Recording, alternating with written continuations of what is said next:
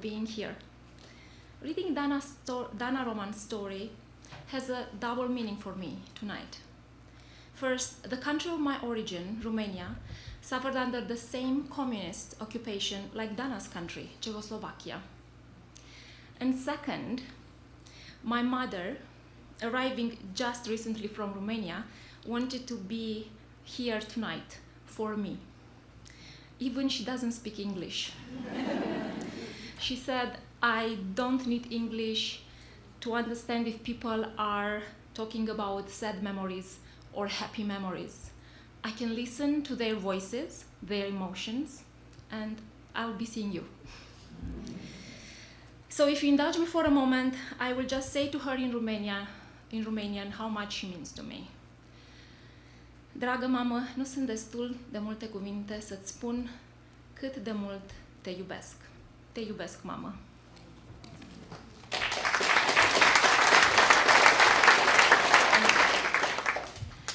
An interrupted flight. In a communist country, any goods, including shoes, were something you had to hunt for, not shop for. We got used to that word. It was actually very exciting to find the right pair of shoes after a few years of hunting.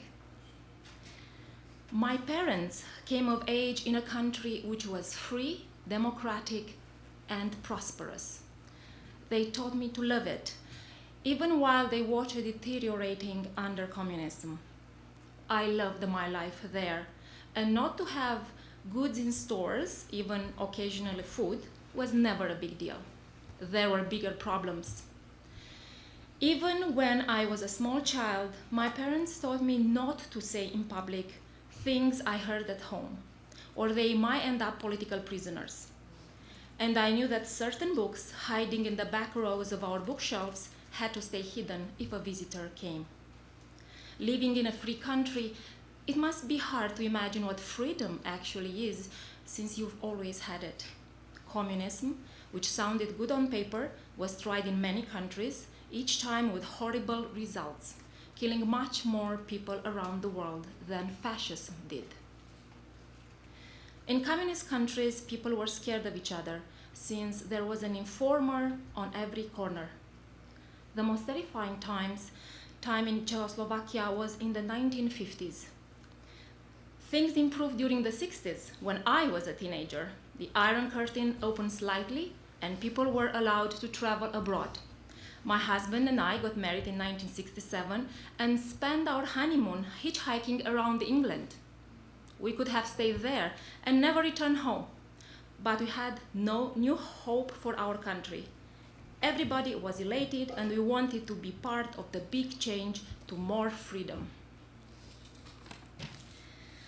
Unfortunately, the Soviet Union did not want freedom, and in the summer of 1968, they crossed our border with thousands of tanks and soldiers to occupy our little country. Other countries looked on in horror, but none of them dared to stand up to Russians. The only help they dared give was to welcome immigrants with open arms. Having lost all hope, Czechoslovakian people ran away in thousands. We were taught in school that lots of people in the West slept under bridges, and that life in West was harder than in communist countries. We did not believe anything the propaganda fed us, but we still had this nagging feeling that if we emigrated, since we had no money, no jobs, no friends, and no relatives abroad, we actually might end up sleeping under a bridge. It was not easy to leave our country and our loving families, but we wanted children and wanted them to grow up in a free country without lies. We finally decided to go to Canada.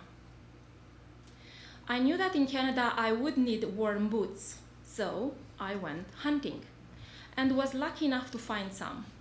They were beautiful, lined with shearling, very warm and very expensive, but that didn't matter. Czech crowns had no value outside our country, so there was no point in taking any with us. Our uncle gave us 50 American dollars, and I hid the money in the soles of my new boots. At last, we boarded the plane from Prague to Stockholm. It was supposed to be a direct flight, but unexpectedly, the plane landed in East Berlin, and all the passengers had to get out. In front of the plane stood a line of soldiers, guns pointing at our shoes.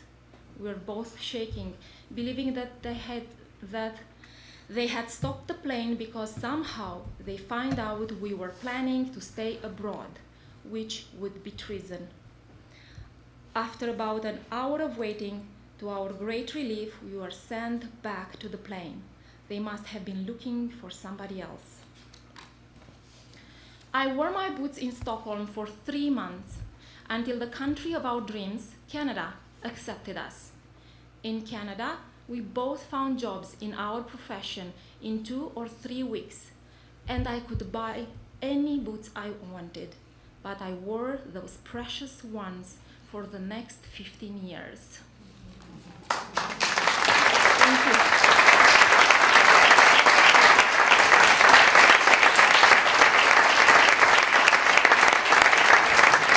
I hope you will all go home and look in your own closets and see what fantastic memories are sparked by your own shoes.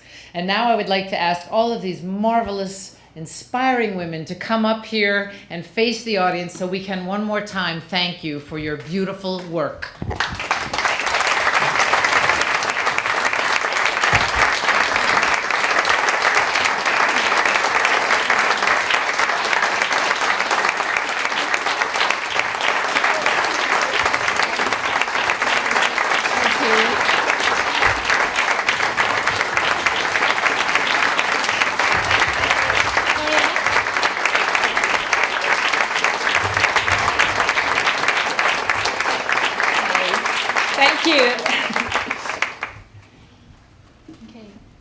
Joy was inspired this fabulous workshop and drew some portrait sketches.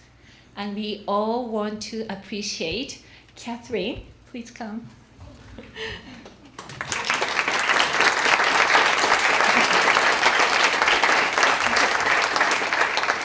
Thank you for creating this empowering opportunity to share stories and start conversations in our diverse world.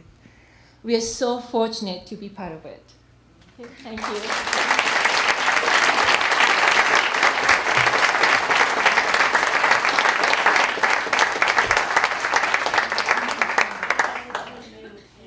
Nan, please come. Yeah. Thank you for guiding us to become a confident storyteller. We had lots of fun. Lots of fun. Your voice lessons. Yeah, thank you.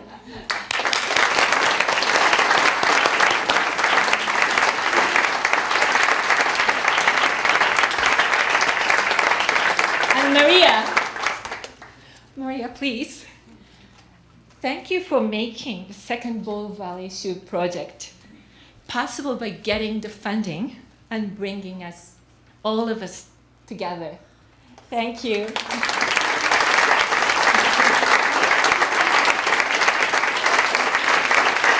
And Paula, do you have Paula? Paula, could you come down for us? Yeah.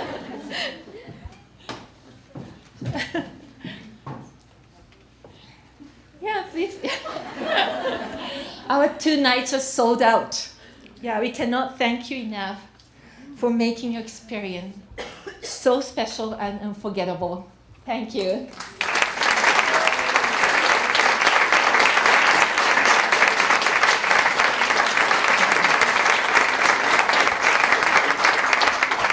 And thank you everyone who came to support us tonight. We sincerely hope you enjoyed listening to our personal narratives. Thank you. Good night.